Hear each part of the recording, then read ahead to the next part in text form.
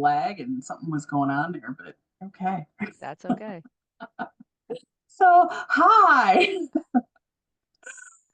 welcome to Nature Communication. So, Nature communication with two herbalists, dirty hippie ladies. who Yay. talks to trees? Yes. Yes. So, So, this, Liz, you introduce yourself first since you're okay.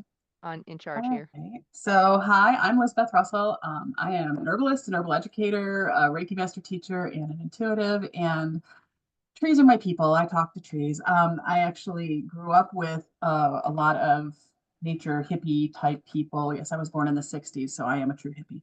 Uh, Tree hugger and everything. I love to communicate with plants and I don't even know what else to say. I love to teach people about foraging and how to make products that are healthy for their bodies and and what their bodies need rather than just buying off the shelf. I flower essences are one of my jams.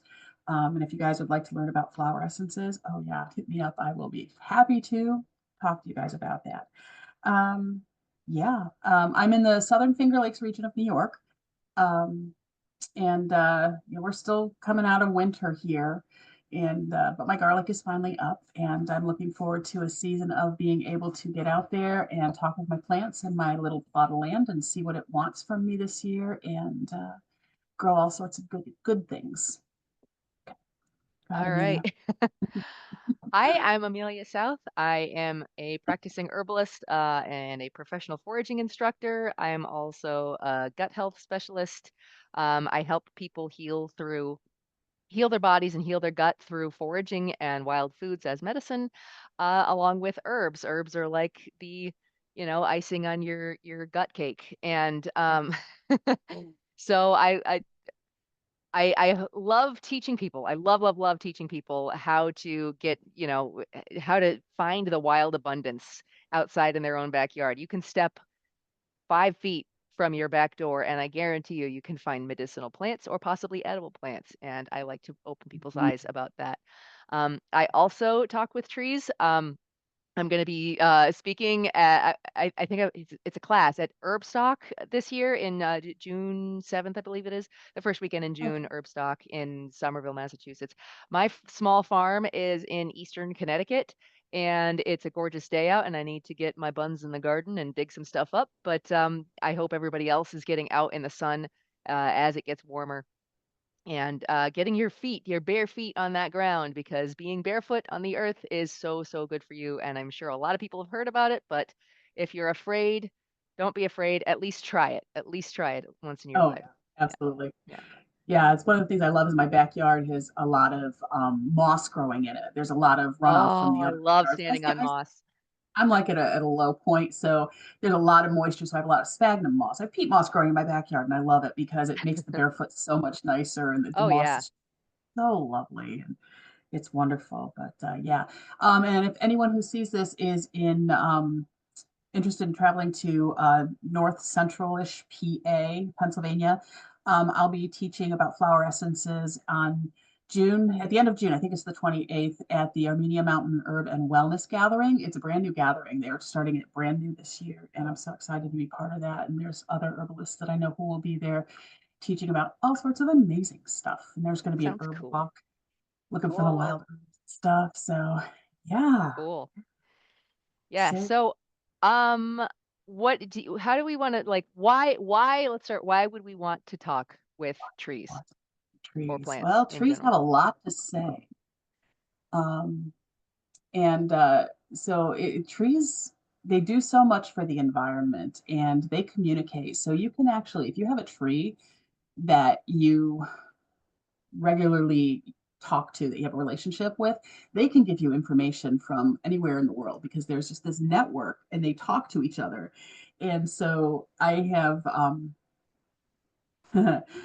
I talk to them to get information. A lot of times when I was younger, because we had a lot of forest around where I grew up, and I we'd go hiking. And you don't always stay to the deer trails. You hike, you find cool things to look at, and then at some point you go, "Oh, wait, I gotta go home. Oh, which way's home?" And I never panicked. because I was never really lost. And what I would do literally is I would stand there, get really quiet, put a hand on a tree, and say, which way home? And I would feel the direction I was being pulled in, and I never got lost. I always found my way home. That's And, fantastic. you know, and you know how they say it's the north side of the tree is where you'll find the moss? I thought it was the south side. Yeah, No? see, well, there you go. Well, North side. No, it is the north side. You're right. It's the north side, the shady side, right? the shady Yeah. side, but here's the thing. If you've ever been in, like, for example, the Hoh River Valley out in Washington State, they have the Mhm. forest, the Hoh Forest out there. It's a Mhm. rainforest. Yeah, moss grows all the way around those trees. Yeah. So Yep. you can't always depend on what side of the tree the moss is on. Mhm. So yeah, but and the trees actually I can find out from the trees how harsh the winter is going to be because they'll actually because they you can it's the way they kind of and it might be just be energetic because I read energy a lot, but they kind of shrink into themselves a little bit sooner. It's kind of like watching your animals. If they start putting on that winter fur in August, you know it's going to be a brutal winter Yeah. kind of thing. So the trees do something similar, but it's more energetic rather than overt, I I can guess. get the same kind of thing if I ask certain trees, Yeah. like, hey, if you ask an oak tree if it's going to be a good year for acorns, and Mm-hmm. they're like, no, nope, not this year, Oh, not this year, not this year. Yeah, okay, well, I'm not going to get excited then. You know? yeah, seriously. Acorns are food, by the way, for anybody watching, if you didn't know that you could eat acorns, human beings have been eating acorns for literally thousands upon thousands of years. We Yep. only stopped eating acorns within the last like 100 years or so, 120 years Yep. maybe. And Native peoples were eating them, and then white people, Europeans ate acorns up until a certain period in history. They just forgot about it because, it wasn't cool anymore. So no, it wasn't. But there's a trick to it too. When you dry them and you grind them, you need to soak them and get Oh, that those yeah, tannins. yeah, no, I teach a whole class on Oh, that, I do it all the time, I do love you it. really? Yeah. Oh, that's awesome. Yeah, my daughter for one of her college classes, it was an anthropology class. We got acorns and we made the flour and we Yep, did the whole shebang, and it was quite a learning curve. yeah. It's I very do it interesting. almost every year, it's great. Yeah. Oh, Last year that's was a really good year for acorns, I had tons of I had so many acorns, I had to toss some of them out, and the squirrels were getting into my garage and stealing them, and I was like, "You little critters." So, I made as much as I could, but, that's the thing nice. I just since we're talking about it, and acorns are obviously Yeah. related to trees, if Hmm. you've never tasted anything made with acorn flour, the first time you eat something made with acorn flour, whether that's a bread or cookie or something that's been baked Hmm. partially with acorn flour or completely with acorn flour, um, sometimes it can be a tiny little bit, just tiny, tiny bit bitter, but most of the time you can Hmm. get the tannins out. Sorry, leach the tannins Yep. out. Um, your body tastes that thing. Like I love making acorn flour cookies. It's like half the two cups of flour. So 1 cup would be acorn flour and 1 cup is usually like a gluten-free flour blend for me because I don't, Okay. eat wheat, but Me too. that the half and half, and they're these big, beautiful, gorgeous cookies, and all you can taste is the acorn, and your body basically wakes up and says, "Holy cow, I remember this. I remember this." Yeah, It's like an ancestral, historic human thing.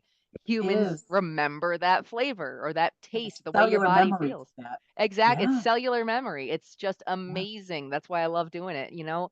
That and Mhm. any of those wild foods, wild flowers. I make yellow dog flour like in the fall, and that I Nice. love. Okay, so do you do that from the seeds or do Yeah, you the do that seeds.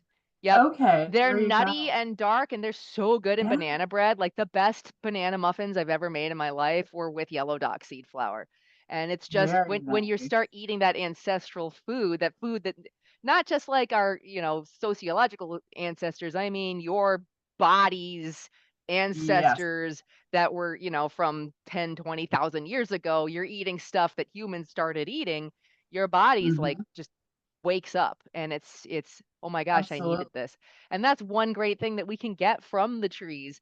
So, I love just explaining about that, talking about that. Oh, no, yeah, that's great. So it's really funny because I know that my daughter, when she was a wee babby, when she was really little, she would go out and she would sit and she would pick dandelions and dandelions. She had such an affinity for dandelions. Well, to this day, and she's in her 30s now.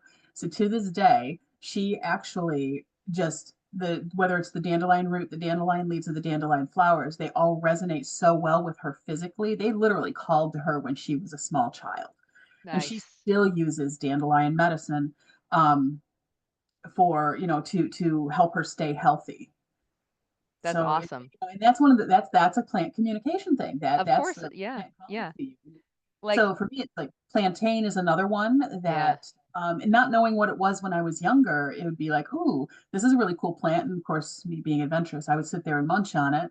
Sometimes my mother would panic when she'd see me munching on things, but she taught me young to, you don't do this, you don't do this. And there's a Hmm. reason why I was not allowed in my grandmother's kitchen garden until I was a teenager and could be trusted not to just randomly munch things. Yeah. Uh, yeah, some of the things she grew. Um, but yeah, so with the communication, it's not always overt words, right? Oh, it's So never. I'm hardly ever, but once in a while I get words. Most of the time it's feelings. So I it's feelings, the yes. pref my preferred way, and this is just it's partially Mhm, because I'm a tactile person and partially just mhm, it's like an okay. easier way to get started is to touch the tree.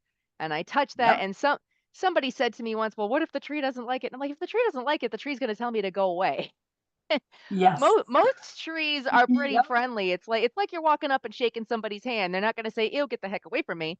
They're going to say, "Okay, you can shake my hand." And let's talk for a second. And that's you introduce yourself. That's the thing a lot of people forget. They walk up, they're like, "I want to harvest from a tree, but I know I'm supposed to ask permission." So they walk up to the tree and they say, "Hey, can I cut this thing off of you?" And it's like, "Can you buy me dinner first?" It's like, Yeah. ask me, "Who are you?" Like, be polite Um, at least. If you treat the yes. tree like it's a person the same way you would treat a person. Hi, Yep. how are you? Oh, I like to tell them they're beautiful. And I don't just do that right before I harvest. I walk up, I say, "You're a gorgeous tree. I love you. Your bark is Mhm, beautiful. Your flowers are whatever it is." And I do that mhm, regularly. Even when yes. I'm not trying to harvest something from most trees that I want to stop and talk Yeah. with, but Well, and that you build a relationship and they start to know, oh, hey, yeah. that's the lady that says hi to us when she's walking by. Yep, and that relationship is important. So one of the other things I do, and I do this with any plant before harvesting, whether it's the flowers, the trees, or anything else, even my garden, just my vegetables and stuff, is and you don't have to be someone who knows how to do Reiki to do this. I will just send them healing. I will, I'll sing to them too. So I sing to the water, I sing to the trees, I sing to the plants, um, and just give them healing. And so as I'm harvesting, I'm thanking them, but the energy healing that I give them, that's the reciprocity. Yeah. So, it's because it's not like going to the grocery store and you hand them a couple of bucks to get some lettuce or whatever. You don't, Yeah. it's that exchange that you give with them. And the more you do that, you develop a deeper connection and they speak with you more. So, I Yeah. mean, like, you could get tingles, you could get just emotions, you could get, sometimes there are some, and it's not like I'll have songs pop into my head sometimes too when I'm working with That plants. happens to me too. Yes. What's the Why is one? this Oh, just song? not even a month ago, I saw a tree. I was talking with the tree and I said, I told the tree, I'm going to be teaching people how to talk with trees. Is Mhm. there any advice you have for me? And it was telling me, tell them to feel it with their heart. And that's how you Oh, do, you feel the communication with your heart, not your mouth, not your ears. And yeah. what did it say? It said oh, that's what it was. I have to sing this. So now this is God forbid anybody's watching me right now. We'll meet again. Don't know where, don't know when. The tree was singing that to me. I'm like, oh, okay, yeah, I'll see you again next time. It's like popped I right into my head. love it. Oh my God, that's so great. And that's Yeah. how So, they can communicate to you. It's not like the tree literally grew a mouth and started singing, okay? That's not how this works. It pops into your head and you're like, you know words in your head. If it says a word, if the tree wants to give you an idea, that the idea or the feeling, the thought, the word maybe will pop into your head and you'll just be like, "Oh, I get this." And that's how you communicate. And that's the thing a lot of yeah. people get, you know, confused about. They're like, trees Mhm. don't talk. What are you crazy?" Like, yeah, no, they do, but you have to be able to feel it with your intuition and your heart. And you have to be open to it. So if you're Yeah. someone who is like, "Oh, no, they don't communicate at all. I won't hear anything at all." No, you probably won't. Yeah, if you're the kind of person saying tree hugger as an insult, no, you're not gonna be able to talk with a tree. Exactly. I am a You're Lorax. probably not watching this video either, so Oh, be not. No.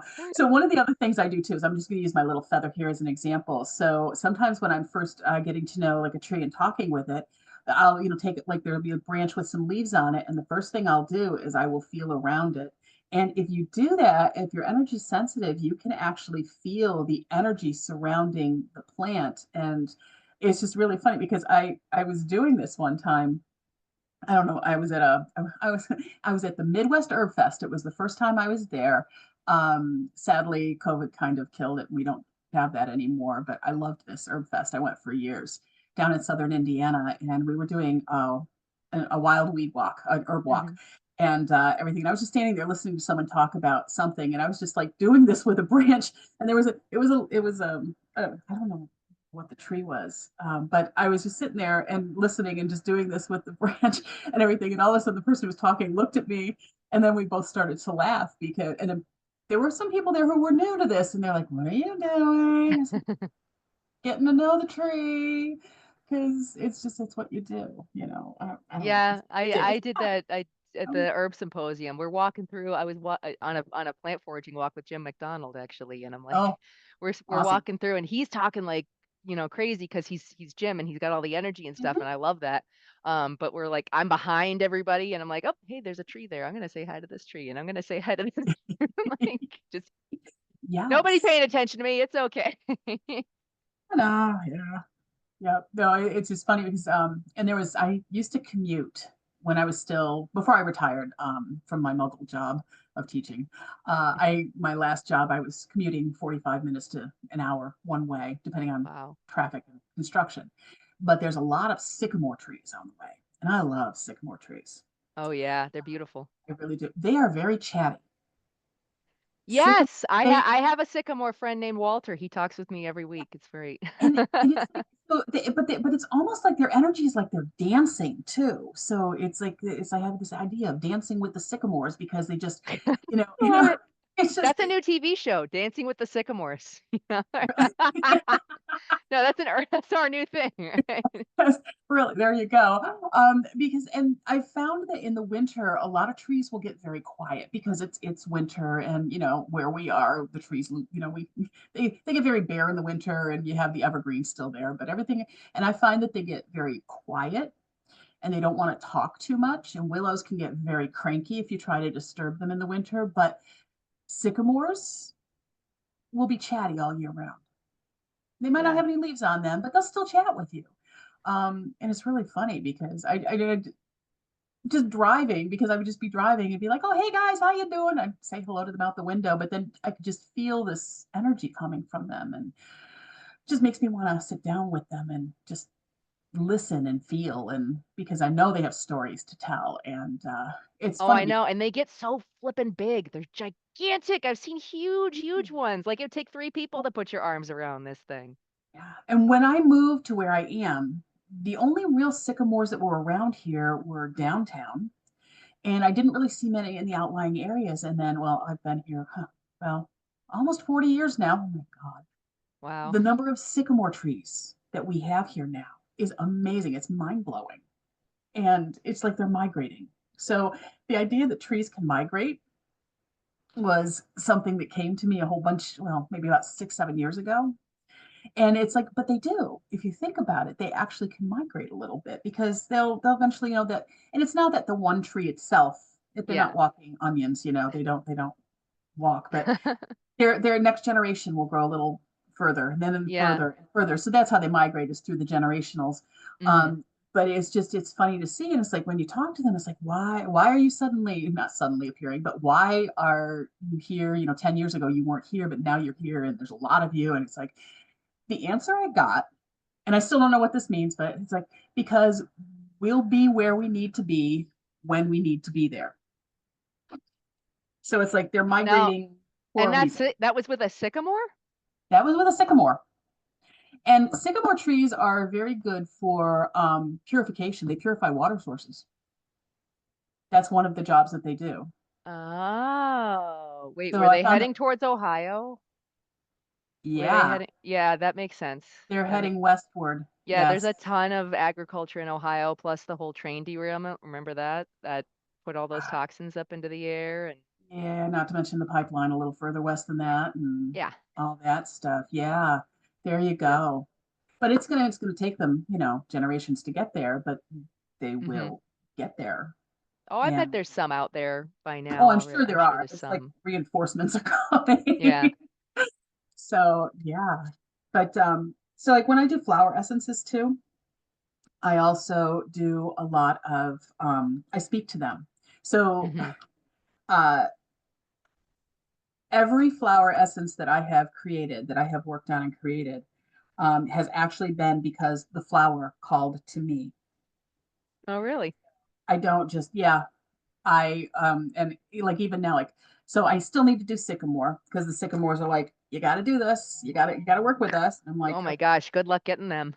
I know, seriously. Sycamore and sumac is another one. Staghorn sumac is called Yeah, to me too. And 2 years ago, um, one sprouted up right next to my garage. of course. Now I live in town, mind you. Yeah. So this thing, it went from being like, tiny little babby.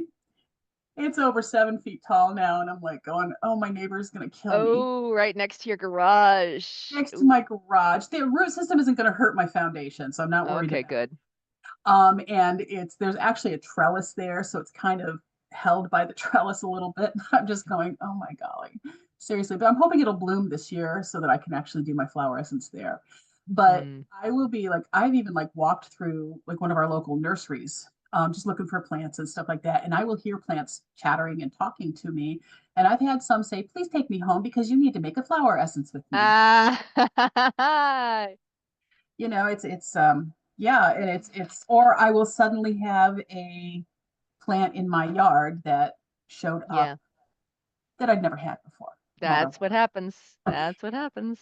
And they're like, no, you need me. You need me. And as herbalists, we know that if we Of need it, if course. we look here, it will show up. So Yep. that's why I have my Japanese knotweed. That's why I have my motherwort. And Oh, yeah. oh yeah, speaking of my Japanese knotweed, so this is a really funny thing. So that's very invasive, as many Oh, people oh know. yeah. No, I just did a post on it yesterday. Yeah, most people absolutely hate it. Hmm. The honey from Japanese knotweed is very good for the lungs. Oh, okay. So Yeah, that I makes have an sense. affinity for it because of my asthma. Yeah. So I love the honey, and that's what I use when I make syrups. Is I will use the Japanese Oh, knotweed nice. honey to make my respiratory syrups. So yeah, I have a there at the back corner of my yard, and it was there when I bought my house 20 years ago. So in the backyard there is a patch of Japanese knotweed. Hmm. So knowing what it was and how invasive it was, and I just looked at it and said, "Okay, dude, we got to talk here. I want to keep you. You've got beautiful flowers. The bees love you, um, and I know you've got some benefits. And let's keep this nice and amicable. Please don't outgrow your space." Yeah. That patch of knotweed has never taken over. Wow. It has never taken over, That's and great. yeah. So it's like, okay. Now I wish I could do the same thing with the bishop's weed. Yeah, I've heard Apparently that. we're not I've heard that. communicating well. It's driving me crazy. But there is medicinal use for the bishop's weed too. So I'm sure it's like Yeah, I have the same problem with cinquefoil in my garden. I have so much oh, cinquefoil, it's not even funny. And people are like, "Oh, what do you do with that? What are the medicinal uses?" And I'm like, "I don't even know anymore because it just drives me crazy. I just want it gone." I'm sorry.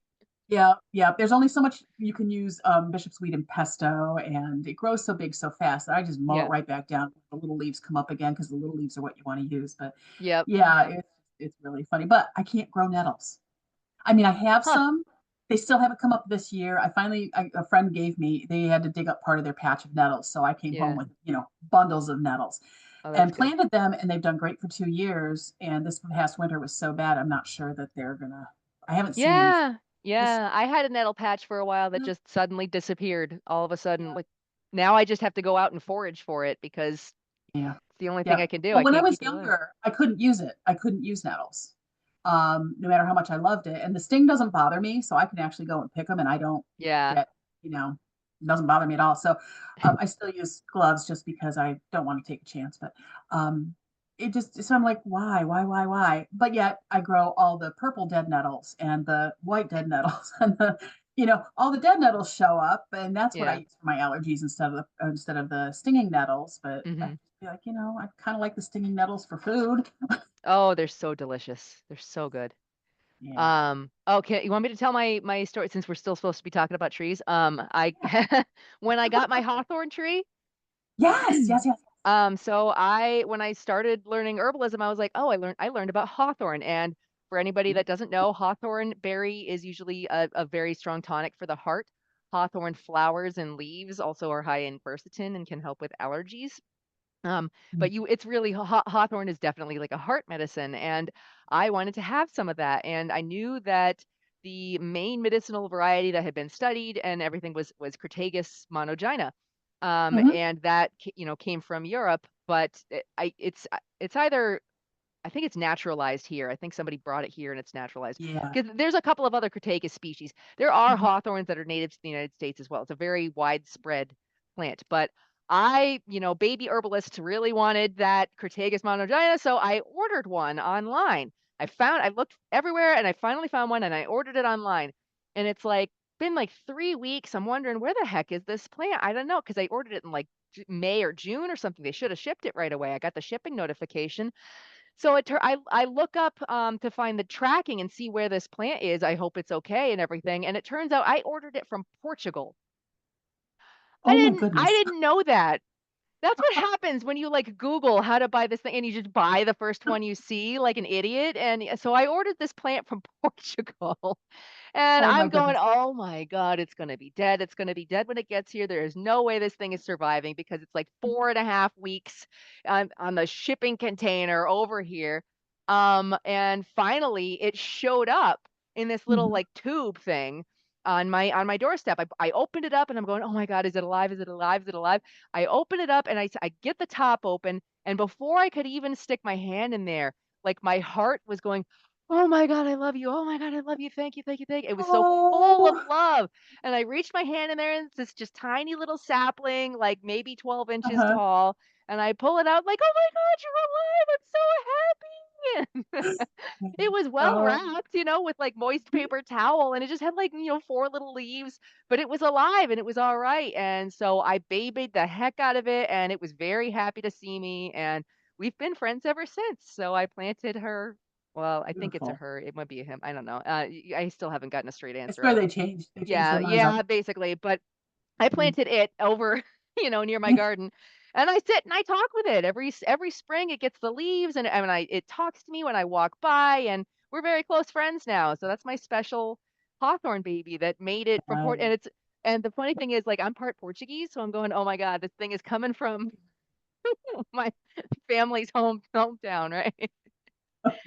I don't know if that had anything to Oh. do with anything, but it was cool and it lives now. And if I tell some people, yeah, I purposefully planted Crataegus monogyna in my yard, they'd be like, "What's wrong with you? You're terrible." And it's because in some areas, I guess it's invasive. It isn't here. This thing's only it's been in the ground for 5 years and it's only like, I don't know, not even 4 feet tall. So it's still There really you go. tiny, but the soil in my yard is kind of not good. So that's part of the Yeah, problem. I had a volunteer mulberry show up in my between the cracks on my patio stones. And so Oh, fun. it's in a planter now. So I Yeah. grow it in a big pot and and everything. It's not bloomed yet, but I'm waiting to see. I'm hoping it will at some point. But Mhm. yeah, it's a white mulberry though, so Oh, yeah, which is those are invasive too, but you know what? They're invasive food. Everybody says, "What do they we do are. about these invasives? What do we do?" Like, eat them to death. That's what you do. Yeah, there you go. Yes, I'm hoping I have a friend who has some land out in Western New York, and I'm hoping that they I know they have white mulberry out there, but I think they might have the red, which is the native. Oh, So yeah. I'm hoping to maybe get a couple of seedlings there. And although I don't have enough property here to do more than grow them bonsai fashion, so Mm.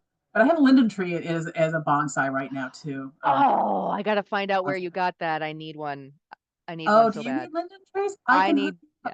I have so many in my front yard that I need to dig up because they are too close to the house, and I have all these Oh my little God, you're mailing me a linden tree, Liz. Yes. All right. By the I will way, mail if you for anybody that yeah, wonders why we're excited, linden is fantastic. Linden is so relaxing. Like the leaves mhm, and the flowers are medicinal and it relaxes you like yep. if you've ever heard of Tulsi, it's kind of similar in that same way to It is, Tulsi. it is. It's also like a Mhm, heart tonic and I think it's got an mhm. affinity for the lungs too, doesn't it? Somebody It does, and it's great as an anti-anxiety, and it's really good for like when you have a fever. It makes the fever more productive, and Mhm. it helps your body relax so that the fever can do what it needs to do. Yeah. And so my kids were all raised on linden blossom tea when they would get sick. Yeah, it That and smells catnip. and tastes so good. It's nice. And I have a huge linden out in front of my house. I call her Tilly because Yeah. she's an Americana. So, but the previous owners of my house planted her. Yeah. And when I first moved in, I had no idea what she was, and I kept saying, "Oh my gosh, she's up there, and there's wires involved, the Oh power dear.